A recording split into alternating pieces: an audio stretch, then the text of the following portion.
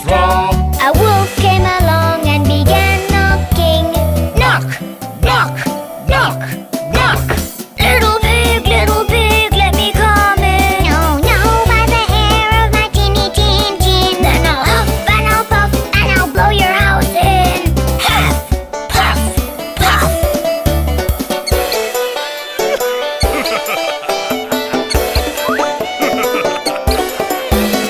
Two little pigs were in a fix. One built a house with a bundle of sticks. Two little pigs were in a fix. One built a house with a bundle of sticks. A wolf came along and began knocking. Knock, knock, knock, knock. Little pig, let me come in. No, no, by the hair of my teeny teen teen. Then I'll huff and I'll puff and I'll blow your house in. Huff, puff, puff.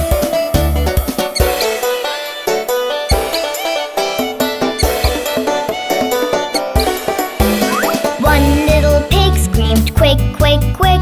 He built his house with a load of bricks. One little pig screamed, quick, quick, quick. He built his house with a load of bricks. A wolf came along and began knocking. Knock, knock, knock, knock. Little pig, let me come in. No, no, by the hair of my teeny teen teen. Well, he huffed and he puffed and he huffed and he puffed. Puff, puff, puff. But he could not blow the house down. And the three pigs lived happily in the brick house.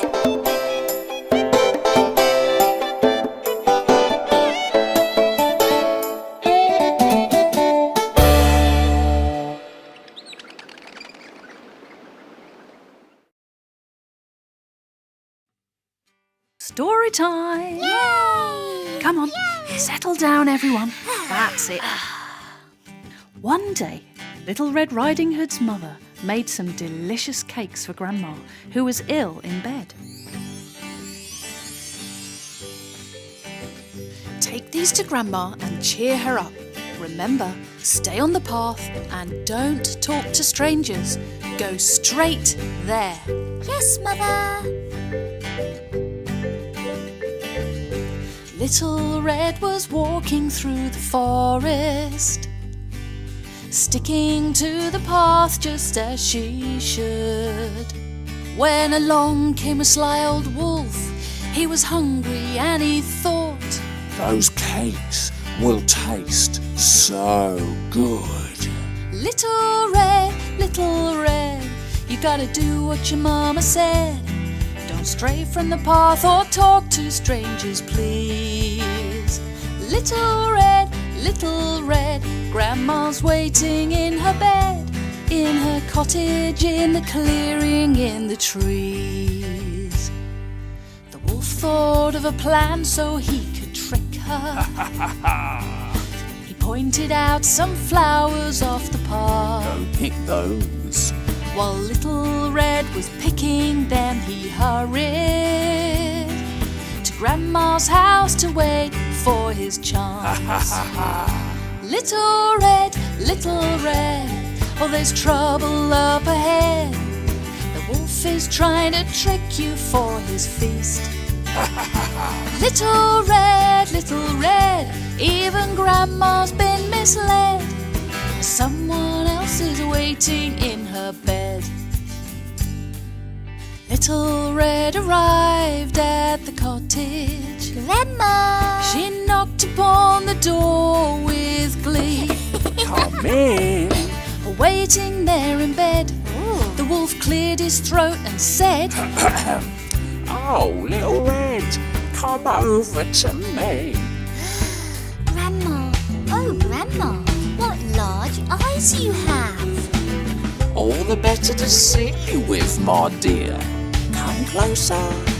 Grandma, oh Grandma, what large ears you have. All the better to hear you with, my dear. A little closer. Grandma, oh Grandma, what large teeth you have. All the better to eat you with, my dear. Little Red, sprang out of bed, chased around the cottage just for fun. Little red in the woodcutter's bed. Hey, you! He swung his axe and off that wolf did run. Out you go. Yikes. Luckily, the woodcutter had been working nearby. He rescued Grandma from the cupboard, and then they all had a cup of tea and a slice of freshly baked cake. Oh, lovely. I'll never talk to strangers ever again, Grandma. The sly old wolf was never seen again, and Grandma and Little Red Riding Hood lived happily ever after. The end. Now, who'd like some freshly baked cake? Oh, yes, please, Mummy. Yummy!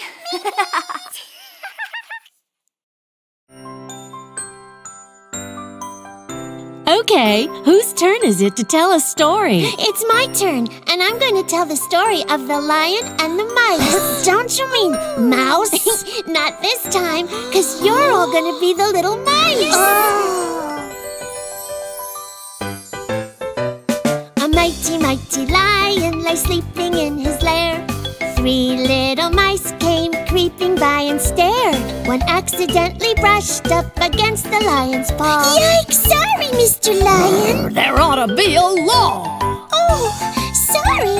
I hope I didn't hurt you. The lion drew his paw back and dropped it on the mouse. Ow. The other mice were frightened and squealed. You louse! I beg you, Mr. Lion, kindly hear my plea. I promise to repay you if you'll only set me free. Oh, please. I'll be your best friend. Well, I guess I could say yes, but only just this time. Now scatter with your friends, and I'll pay you no mind.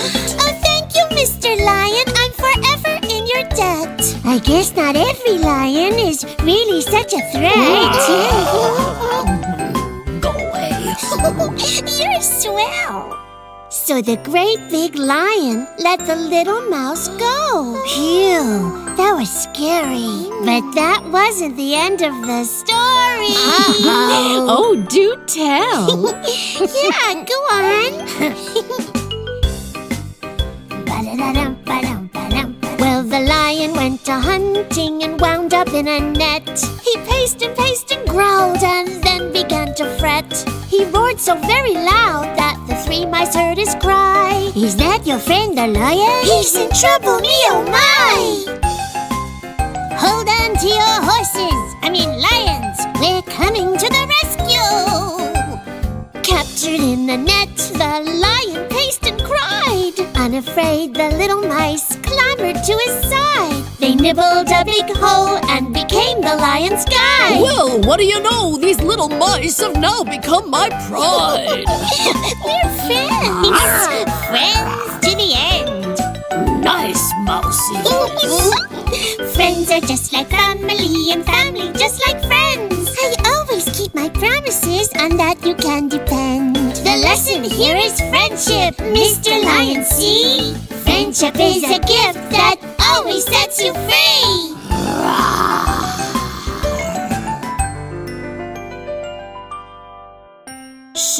So is this a story about lions that get trapped? No, silly. It's about friendship and kindness. It sure is. It's about always being there for your friends. I like that. Sweet.